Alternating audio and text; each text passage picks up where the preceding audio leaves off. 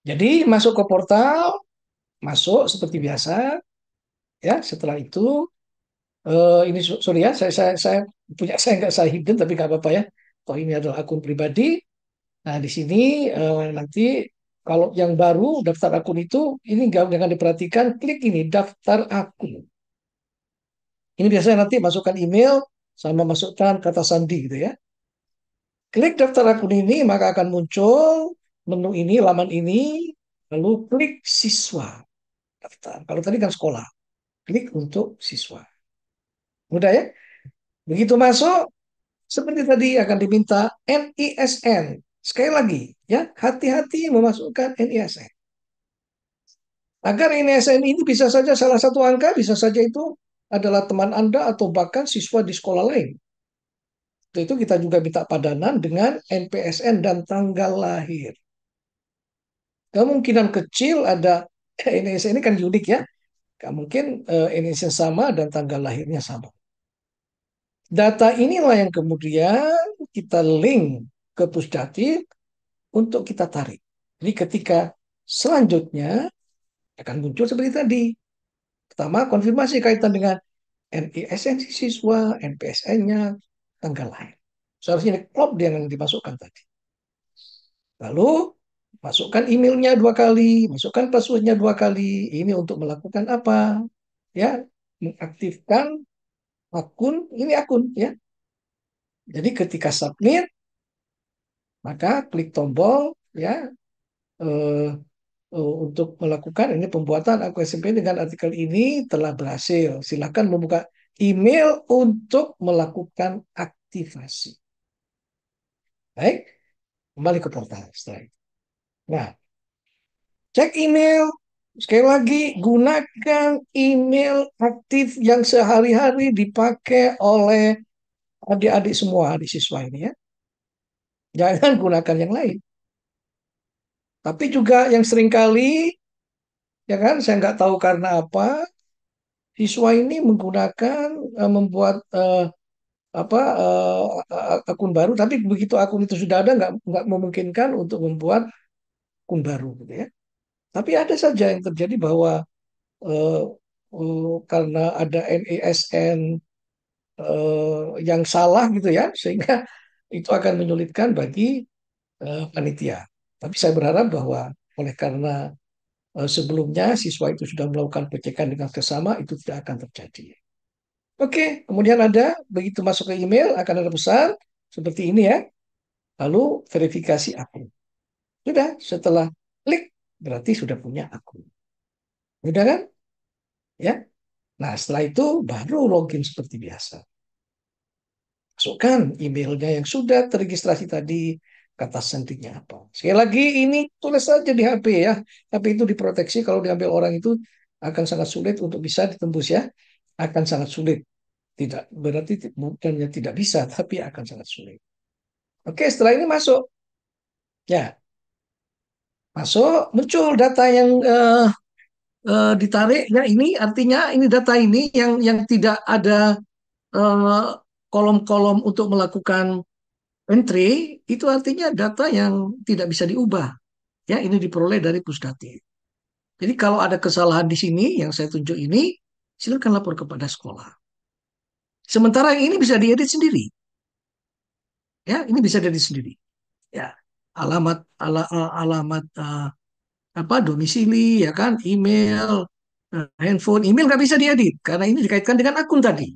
Mungkin saya katakan jangan sampai menggunakan bukan akun yang aktif. Tapi nomor handphone kenapa bisa diedit? Siapa tahu handphonenya rusak atau diambil orang, hilang, ganti handphone baru. Silakan ini diupdate.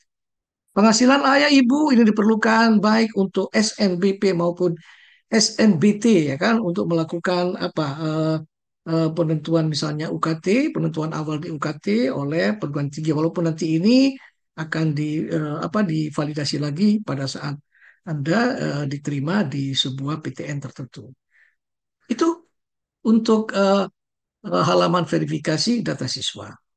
Lalu kalau klik selanjutnya, ya, nah ini foto.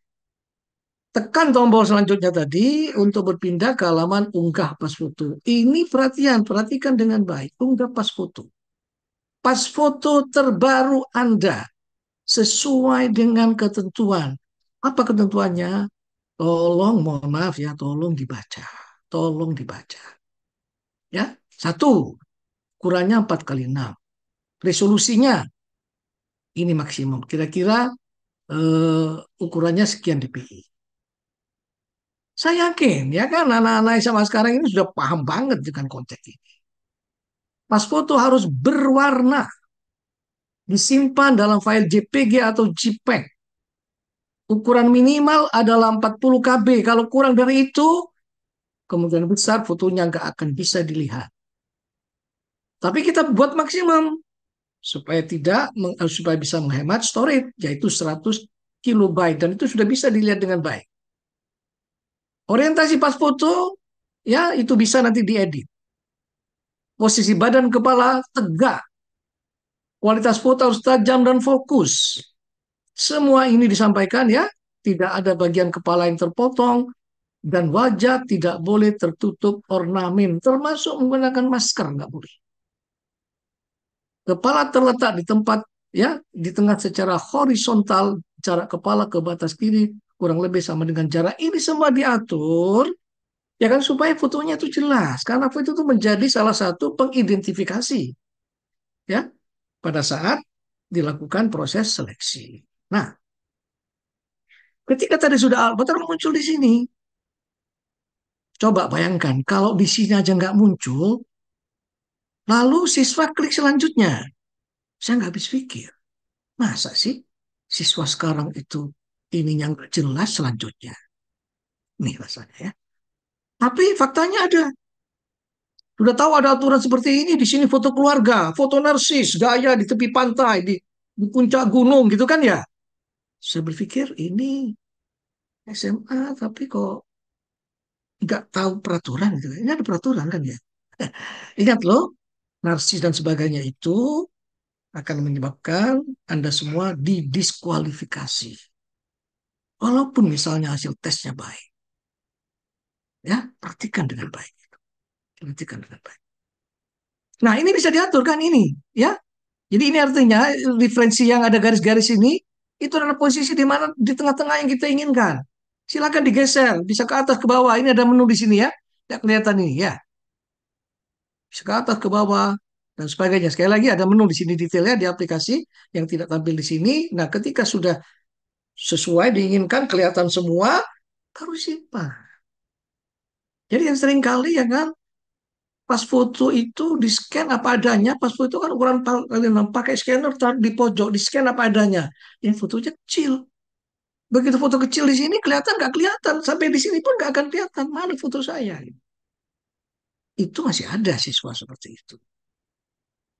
Ya, mohon maaf mungkin ya, saya nggak tahu. Tapi itu ada dan itu bisa jumlahnya cukup signifikan, gitu ya. Termasuk bersama-sama dengan yang narsis tadi. Ketika sudah yakin sekali lagi ya, perhatikan dengan baik. Kita sediakan fasilitas ini untuk memudahkan supaya foto itu sesuai dengan ketentuan yang telah ditetapkan oleh panitia. Ya, tekan selanjutnya, ya akan dapatkan. Ingat, tadi kan sudah ada verifikasi data ya. Ini data ini, ya. Ini masih verifikasi. Saya menyatakan bahwa data yang saya lakukan dalam borang adalah benar.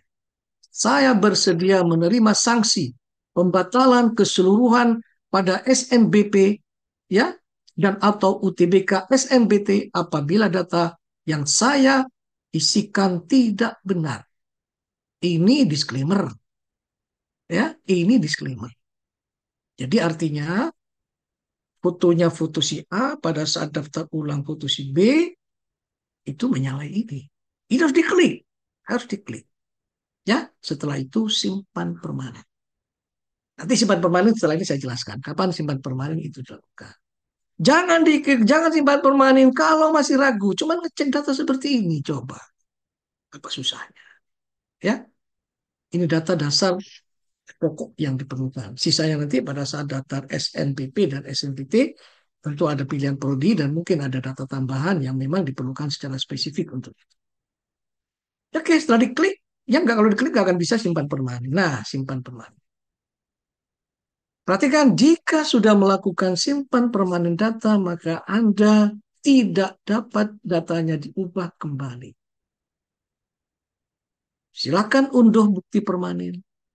Ya, untuk itu ada disclaimer lagi setelah tadi. 2 kali loh ya.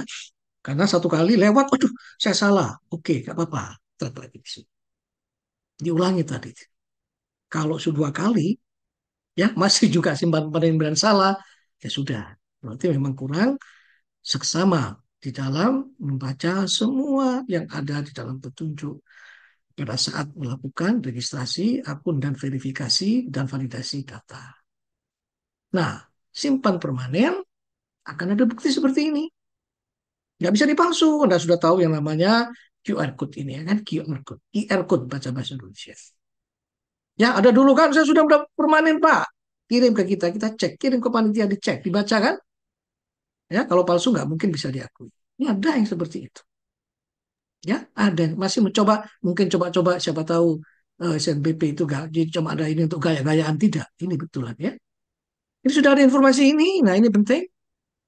Tempat yang aman ya, taruh di foto atau taruh di OneDrive sebagian ya kan, sehingga Anda punya HP rusak, data Anda masih di apa drive, Google Drive ya maksud saya. Nah, seperti saya sampaikan tadi waktu saya menjelaskan mengenai registrasi akun sekolah, agar tidak terjadi ketidaksamaan data yang dilakukan, data yang terkait dengan siswa oleh sekolah dan data yang dilakukan verifikasi validasinya oleh siswa, ini akhirnya diputuskan ya sejak sejak 2 tahun yang lalu kalau tidak salah, bahwa permanen data hasil hanya dapat dilakukan setelah penutupan pengisian PDSS. PDSS dari tanggal 9 Januari sampai 9 Februari. Artinya tombol simpan permanen akan muncul sebelum tanggal 10. Ya, tanggal 10 defaultnya itu pukul 15 ya, tapi nanti kalau memang bisa awal kita akan, itu saya tidak tentukan jamnya di sini, tapi default oleh panitia segala sesuatu kita kaitan dengan pembukaan, penutupan itu selalu merujuk pada tanggal jam 15. Itu sudah selesai registrasi.